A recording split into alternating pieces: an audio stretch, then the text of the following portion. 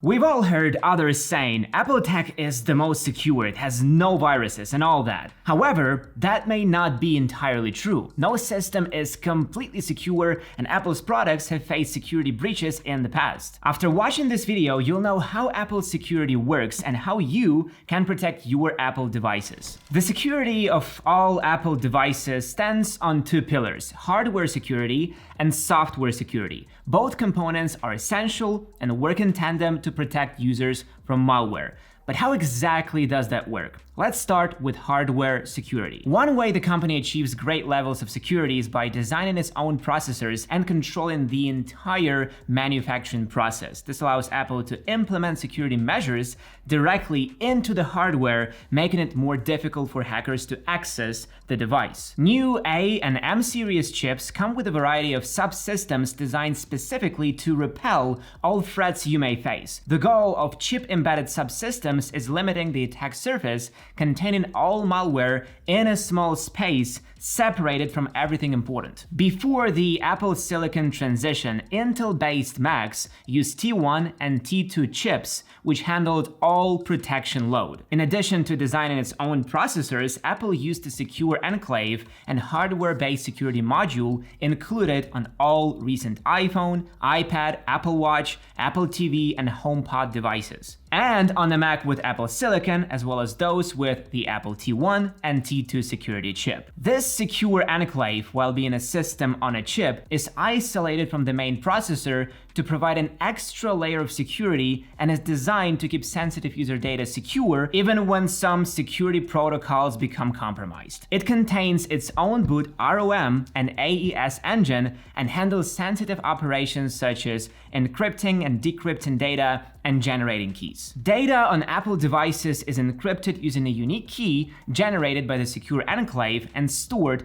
on the device, which is used to decrypt the data when needed. The secure Enclave is also used to store, analyze, and protect data for Touch ID and Face ID. But that's still not everything Apple has prepared in the store for us. You may be surprised to find out, but not all computers disable the webcam and microphone when the lid is closed. These components could be used to spy on people. Luckily, Apple has thought of that and created a special feature called Hardware Microphone Disconnect. It works on all 13-inch MacBook Pro and MacBook Air laptops with the T2 chip. All MacBooks with a T2 chip from 2019 or later, and Macs with Apple Silicon, as well as iPad models of 2020 and newer when an MFI certified case is used. A bunch of sensors are used to determine when the lid is closed and disconnect the microphone on a hardware level, thus making it impossible for perpetrators to sneakily listen to people's conversations. In addition to hardware measures, Apple also has a number of software measures. But before we get to that, a quick word from today's sponsor. Have you ever been on vacation and tried to stream your favorite TV show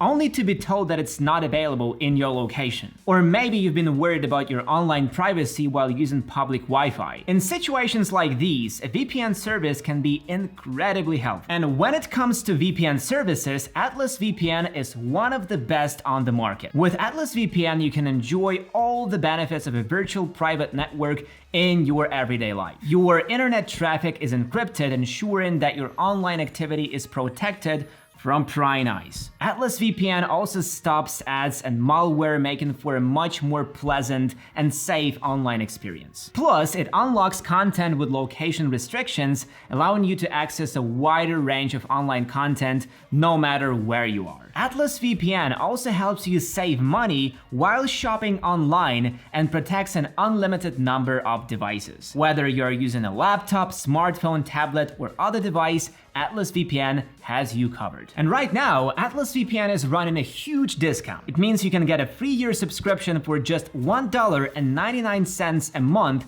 with a 30-day money-back guarantee. Time is running out, so get your deal by clicking the link in the video description below. And now, let's get back to it. We all know Apple's systems as limited and somewhat hostile. You cannot download apps to your iPhone from anywhere but App Store. All apps are limited in functionality, data access, etc. The software security is implemented on all levels: the booting of the system, its updates, systems operating integrity, apps downloading and running, etc. Let's look at something we all use: apps. Apps potentially can be the biggest danger to OS security. However, Apple knows how to deal with that. To minimize the chances of compromising the system's security, all apps are run in so-called sandboxes. This means apps are totally isolated from one another, unable to make any changes to files or data from other apps. All they can do without the user's permission is read in files. But even if users give some permissions, it doesn't mean that apps get freedom. They're still supervised all the time. But running apps on your iPhones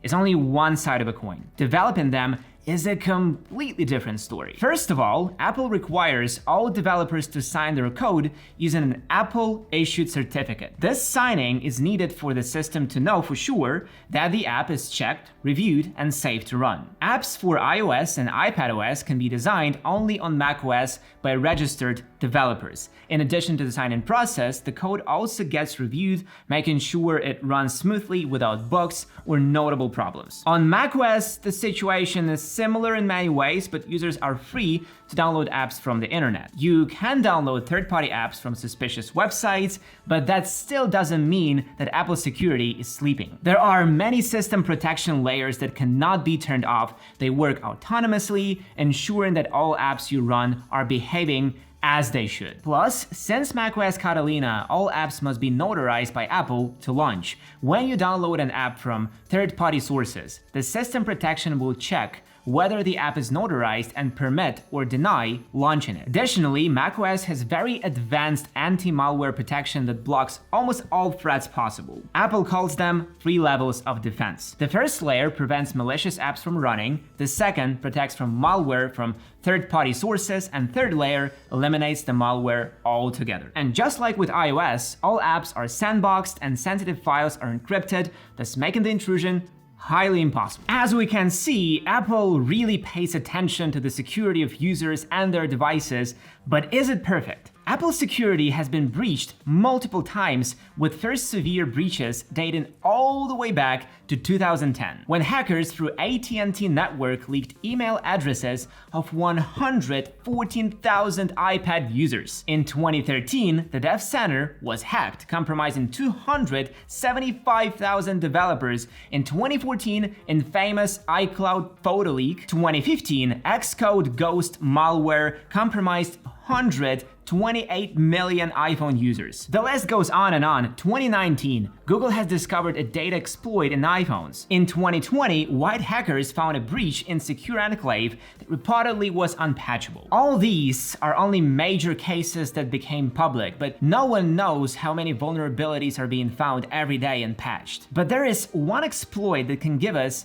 a sneak peek on how such an advanced security can be breached. In 2021, zero-click exploit, aka Pegasus, developed by NSO Group, has affected millions of iPhones all over the world. The NSO Group is a company that develops and sells spyware, which has been used by governments and other organizations to monitor the activities of individuals. But how did it work? Well, you may be surprised, but the thing that was the catalyst was people's love for GIF images.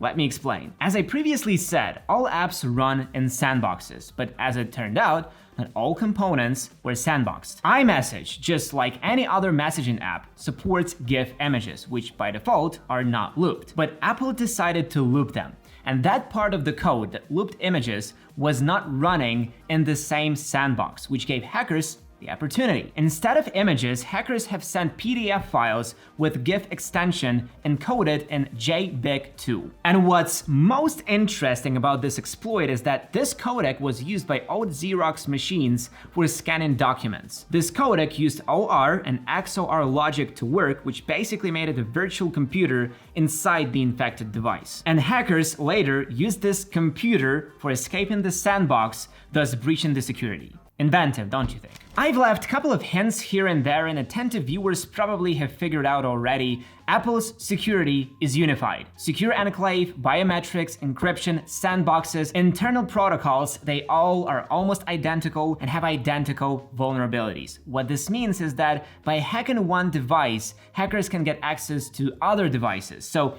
when Secure Enclave was breached in 2020, Apple just replaced this element in newer chips with an updated, newer version. Plus, recently Apple has introduced a new feature for iCloud called Advanced Data Protection. This feature changes the way the encryption keys are stored, making it almost impossible to decrypt data on servers. While Apple takes security seriously and works diligently to protect its users and their data, it's important to acknowledge that no system is completely immune to threats. Cyber attacks and vulnerabilities are constantly evolving, and it's essential for both Apple and you to remain attentive and take steps to protect the data. This includes keeping devices and software up to date, using strong and unique passwords, and being cautious when sharing personal or sensitive information online. While it's not possible to completely eliminate the risk of a security breach, by being proactive and aware, you can greatly reduce the chances of falling victim to an attack. And we already have a full guide on how to protect your Mac from malicious software, so go ahead and click on this video right here.